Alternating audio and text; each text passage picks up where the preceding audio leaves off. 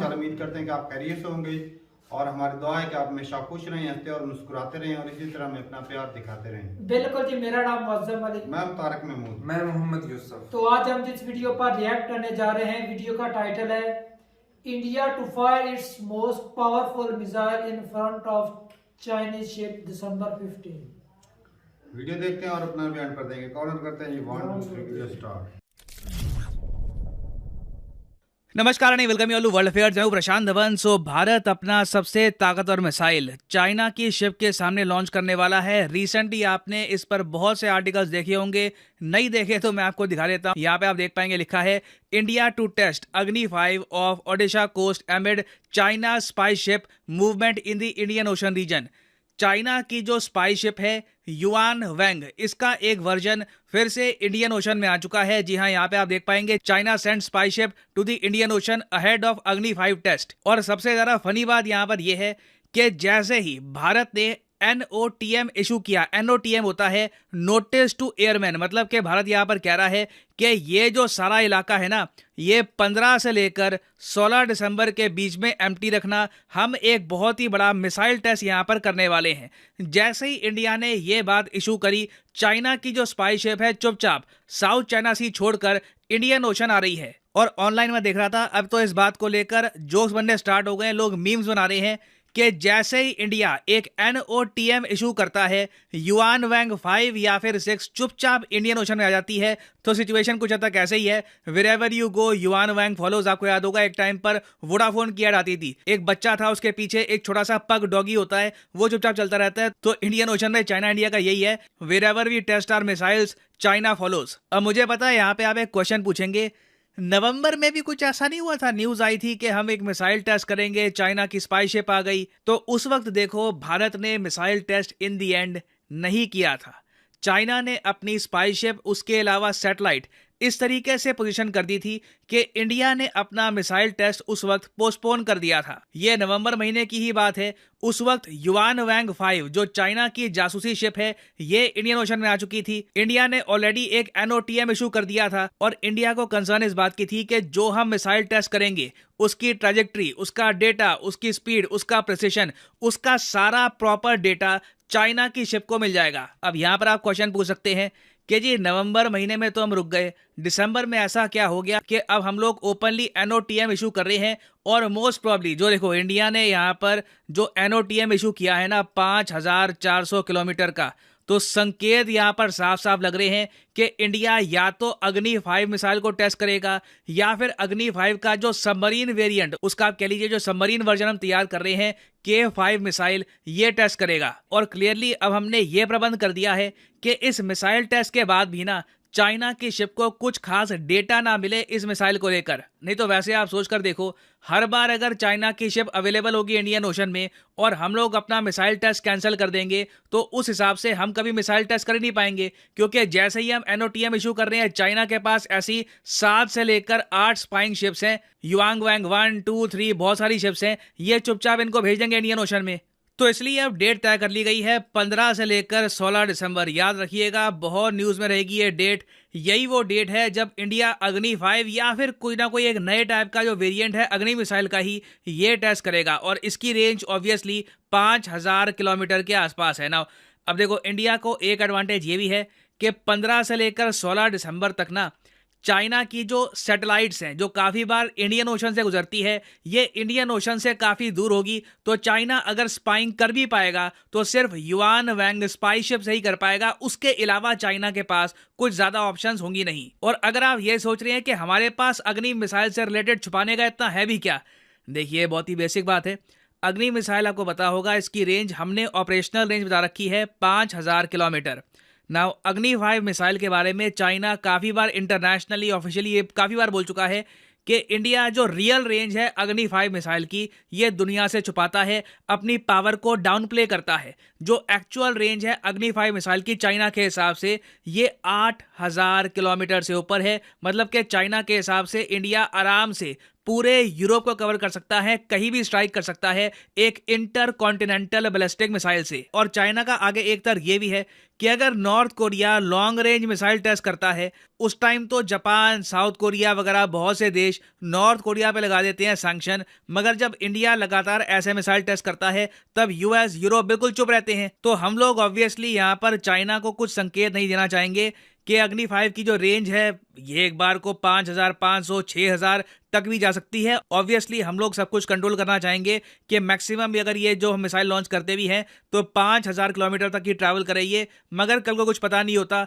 अगर इसने कुछ एक्स्ट्रा ट्रैवल कर लिया तो उस केस में चाइना इंडिया पे आरोप लगाना स्टार्ट कर दे कि इंडिया के पास बहुत सारे एडवांस मिसाइल्स हैं, बस इंडिया इनको क्लेम नहीं करता ना। मुझे पता है यहाँ पे आप एक क्वेश्चन पूछेंगे, इंडिया के पास ये ऑप्शन नहीं है कि हमारे पास इतनी जो सबमरीन है, वॉरशिप्स हैं, ये हम डिप्लॉय कर दे और चाइना की शिप को खदेड़ दें, क्योंकि 2019 में भारत ने कुछ ऐसा ही किया था। उस वक्त क्या था कि चाइना की एक स्पाई शिप थी जिसको ये कहते हैं शियान 1, इसकी इंग्लिश में ट्रांसलेशन हो गई एक्सपेरिमेंट 1। ये एक बहुत ही ज्यादा एडवांस्ड चाइनीज स्पाई शिप थी और चाइना ने क्या किया कि अंडमान और निकोबार आइलैंड्स का जो एक्सक्लूसिव इकोनॉमिक जोन है वहां पर डिप्लॉय कर दिया अपनी स्पाई शिप को। और फिर जो इंडियन नेवी ने रिटेलिएशन करी, बताया जाता है कि बहुत सारे डिस्ट्रॉयर, फ्रिगेट लेकर इंडियन नेवी ने लिटरली खदेड़ दिया चाइना की शिप को पूरे इंडियन ओशन से। हम लिटरली इनको छोड़ कर आए थे साउथ चाइना सी तक, मगर तब से लेकर अब तक मैं देख रहा हूं कि चाइना ने एक बात सीख ली है, अब ये अंडमान और निकोबार आइलैंड्स के आसपास नहीं रहते, ना लक्षद्वीप आइलैंड के पास रहते हैं, ये लोग मोस्टली रहते हैं हम्बनटोटा पोर्ट के पास। हम्बनटोटा पोर्ट आप कह लीजिए एक बहुत ही इंपॉर्टेंट कवर देता है चाइनीज शिप्स को इंडिया पर जासूसी करने के लिए। तो यहाँ पे ऑब्वियसली आपका क्वेश्चन आएगा, तो हम लोग कर क्या सकते हैं अगर जैसे ही ये मिसाइल टेस्ट करने लगे? क्योंकि देखो अनाउंसमेंट तो करनी पड़ेगी, ऐसे तो है नहीं कि 1 घंटे पहले इंडिया ने लाउड स्पीकर में बोल दिया कि मिसाइल टेस्ट करने वाले हैं, फिर मिसाइल टेस्ट कर लिया। क्योंकि इसके लिए जैसे मैंने आपको बताया प्रॉपर क्लियरेंस चाहिए होती है, आपको आसपास के देशों को बताना होता है कि हम एक मिसाइल टेस्ट करने वाले हैं, उस वक्त कोई प्लेन वगैरह फ्लाई मत करना। तो ये सब काफी दिन पहले करना होता है और उतना टाइम बहुत होता है। चाइना की शिप आराम से तब तक इंडियन ओशन में आ जाएगी। तो इसका सोल्यूशन क्या है? देखिए सोल्यूशन है पेट्रोल। और जब मैं पेट्रोल कहता हूं तो गाड़ी में जो पेट्रोल डलता है वो नहीं, मैं यहां पर कह रहा हूं निगरानी वाला पेट्रोल। पेट्रोलिंग आपको पता होगा, एक पॉइंट से दूसरे पॉइंट पर लगातार आप अगर मार्चिंग करते हो या फिर आप निगरानी रखते हो तो उसको कहा जाता है कि आप पेट्रोलिंग कर रहे हो एक एरिया की। आपने काफी बार देखा होगा पुलिस की पेट्रोलिंग चलती है रात को। तो हाल ही में भारत ने फ्रांस के साथ मिलकर 1-2 बार पेट्रोलिंग करी है सदर्न इंडियन ओशन में, मगर मेरे हिसाब से काफी नहीं है।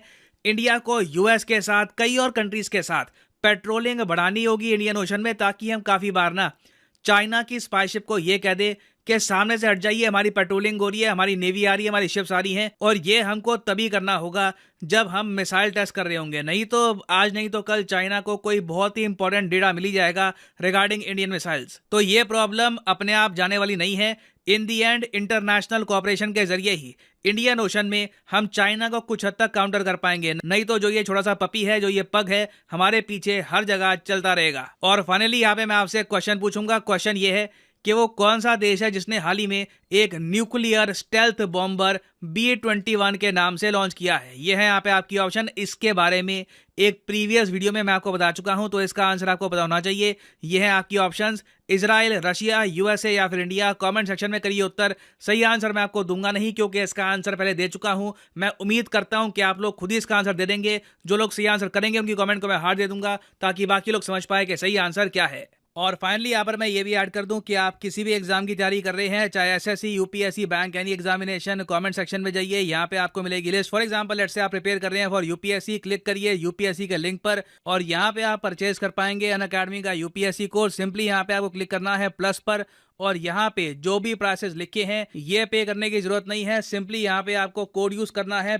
PD10 और अपने आप प्राइसेस गिरना यहाँ पर स्टार्ट हो जाएंगे। You will be able to save a lot of money, so use the code PD10 and start saving money. So इसी नोट के साथ ये है वीडियो का अंत। Thank you for listening and as always God bless you all.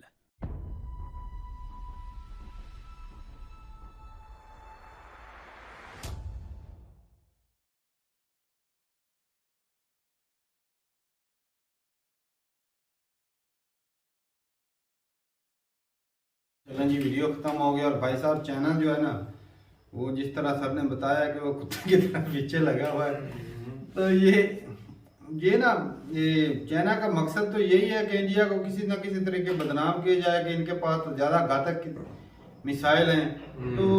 तो मेरा सवाल यहाँ पे चाइना को खतरा इंडिया से ही, हमसे थोड़ी है। नहीं मेरा सवाल इस वजह से उनके पीछे भी पड़े हैं भाई साहब सुनो तो सही।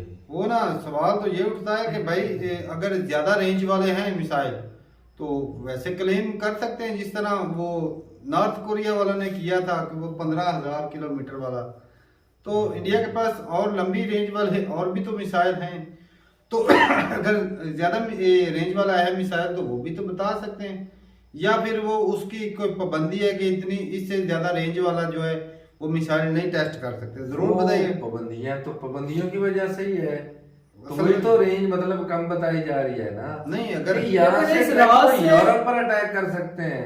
नहीं भाई वो इस रात से फायदा भी उठाया जा सकता है ना, कल अगर कुछ हालात बनते हैं तो इससे फायदा भी हो सकता है। तो पाबंदियां लगती है ना भाई। हाँ लॉन्ग रेंज वाले, क्योंकि अगर 10-15 हजार रेंज वाला हो तो वो तो और भी ज्यादा खतरनाक होता है। वो इंडिया के पास तो ये जो है ये 8,000 किलोमीटर, 5 से 8,000।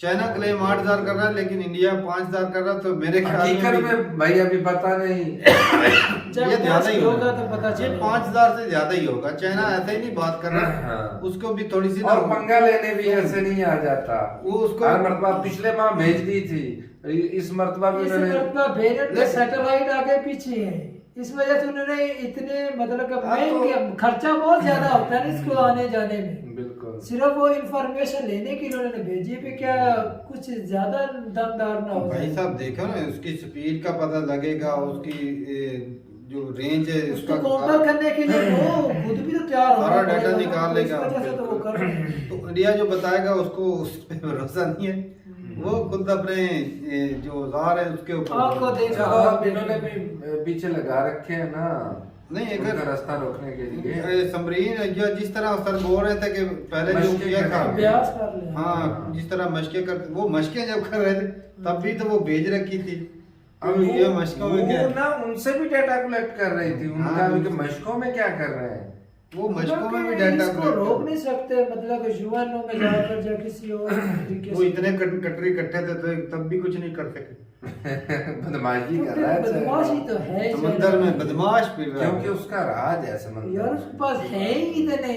हाँ सही ये बात भी पूरी है। दुनिया में 7-8 सबमरीन भी है दुनिया के पास इतने नहीं जितने उसके पास उसके है। पास सबमरीन भी और सर्विलांस भी हैं, बहुत ज्यादा हैं।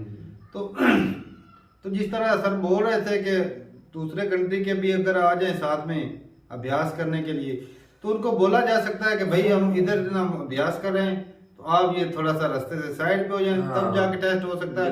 वरना चाइना को ऐसे तो वो बोल भी नहीं सकता इंडिया के यहाँ हम टेस्ट कर रहे हैं, तुम इधर क्या कर रहे हो, तुम चले जाओ। कोई रोक वो नहीं इधर सकता। आ भी ना, वो है भी उधर, वो जो चाइना श्रीलंका था पोर्ट है उसके ऊपर हम्बनटोटा के, उधर से बोल भी नहीं सकते। मसले तो दरपेश है। अब भाई साहब ये ना आप ही लोग बताइएगा कि इसका हल कैसे निकल सकता है। और सर का बताया हुआ आइडिया जो था वो भी बेहतरीन था भाई, कि वो क्योंकि तब जो ज्यादा कंट्री जो इकट्ठे हो जाते हैं तो वो जब एकजुट होके गएंगे हाँ फिर ज्यादा मानी जाएगी। फिर वो इंडिया के साथ बनती भी नहीं, और इंडिया अगर अकेला कहेगा तो हो सकता है चाइना माने भी ना। सही बात, ये भी बात, उससे तो हालात खराब हो सकते हैं। तो सही है भाई, अपनी राय जरूर बताइए कमेंट सेक्शन में।